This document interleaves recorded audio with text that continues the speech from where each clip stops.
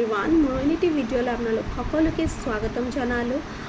মই যিহেতু আগৰ ভিডিঅ'টোত কৈছিলোঁ মই মোৰ ট্ৰেইন জাৰ্ণিটোৰ কথা আপোনালোকক জনাম বুলি। চ' এইখন হ'ল আমাৰ বন্দে ভাৰত এক্সপ্ৰেছ। এইখন নৰ্থ ইষ্টৰ প্ৰথম বন্দে ভাৰত এক্সপ্ৰেছ, যিখন চলে গুৱাহাটী আৰু NJPৰ মাজত, মানে নিউ জলপাইগুৰিৰ মাজত। আৰু তাৰ টোটেল জাৰ্ণি আৱাৰ্ছটো হ'ল 5 hours 30 minutes।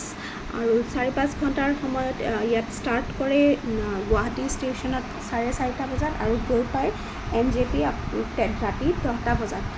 আৰু আমি যেতিয়া ট্ৰেভেল কৰিছিলোঁ তেতিয়া কিন্তু ট্ৰেইনখন 9:30 বজাতে গৈ NJP ষ্টেচন পাইছিলে।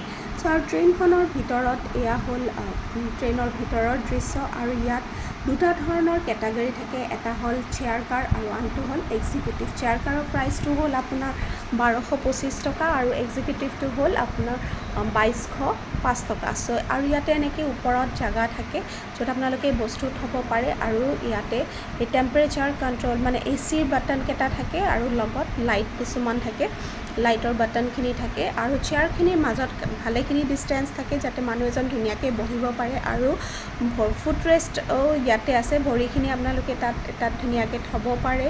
আৰু ইয়াতে ট্ৰে এখন থাকে য'ত আপোনালোকে নিজৰ বস্তু হওক বা কিতাপ যদি পঢ়িব বিচাৰে ৰিডিং টেবুল হিচাপতো ব্যৱহাৰ কৰিব পাৰে, বা খোৱা বস্তুখিনি তাত থৈ পেলাই আপোনালোকে খাব পাৰে।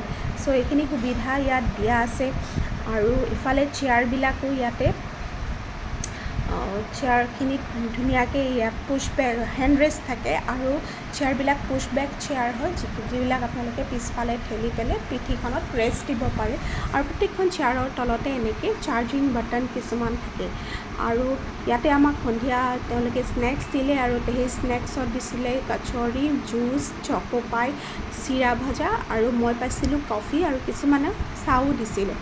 আৰু মোৰ হাজবেণ্ডে আৰু মোৰ ল'ৰাই চাহ পাইছিলে, আৰু মই কিন্তু মোক কফি কিট দিছিলে। আৰু লগত গ্লাছ এটাত গৰম পানী দিছিলে। আৰু আপোনালোকে কফি কিটৰ লগত আপোনালোকক গাখীৰ আৰু চেনিৰ পেকেটো দিছিলে, যিবিলাখিনি আপোনালোকে মিলাই পেলাই তাতে ধুনীয়াকৈ খাব পাৰে।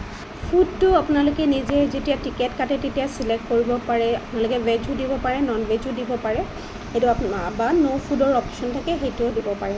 ইয়াতে এখন ডিজিটেল স্ক্ৰীণ থাকে। এই স্ক্ৰীণখনত আপোনালোকে কেতিয়া কোনটো ষ্টেচন পাইছে সেইটো এনাউন্সো কৰে, আৰু লগতে জনায়ো থাকে যে কেতিয়া কোনটো ষ্টেচন পাইছে। ইয়াতে দুইফালে দুটা লাইট আছে, যেতিয়া গ্ৰীণ হৈ থাকে তাৰমানে আপোনালোকৰ টয়লেট দুটা খালী হৈ আছে। আৰু যদি সেই লাইট দুটাৰ যোনটো ফালে ৰেড হ'ব ডেট মিনছ যে সেইটো ছাইডৰ টয়লেটটো লক হৈ আছে। যেতিয়া এনাউন্সমেণ্ট দিয়ে তেতিয়া 4টা লেংগুৱেজত দিয়ে, অসমীয়া, বঙালী, ইংলিছ আৰু হিন্দী। এই 4টা লেংগুৱেজত ইয়াতে এনাউন্সমেণ্ট দিয়ে। ডিজিটেলাইজ ভইচ হয়, সেই ভইচত এনাউন্সমেণ্ট দিয়ে। প্ৰত্যেকটো ষ্টেচন পোৱাৰ আগে আগে এনাউন্সমেণ্ট দিয়ে, আৰু নেক্সট কোনটো ষ্টেচন পাব সেইটোৰ কথাও তাত জনাই দিয়ে। ডিনাৰত কি দিছে মই অলৰেডি আপোনালোকক জনাইছোঁ। আমাক দিছিলে, আমি যিহেতু ভেজ চিলেক্ট কৰিছিলোঁ, আমাক সেইকাৰণে দিছিলে পনীৰৰ চব্জি এখন, দালি, ভাত, ৰুটি, তাৰপাছত শুকান এখন চব্জি, আলু মটৰৰ চব্জি, মিঠা দৈ আৰু আচাৰ আছিলে। ট্ৰেইনৰ কথা। আৰু আমি ৰাতি 9:30 বজাত গৈ NJP ষ্টেচন পালোঁ।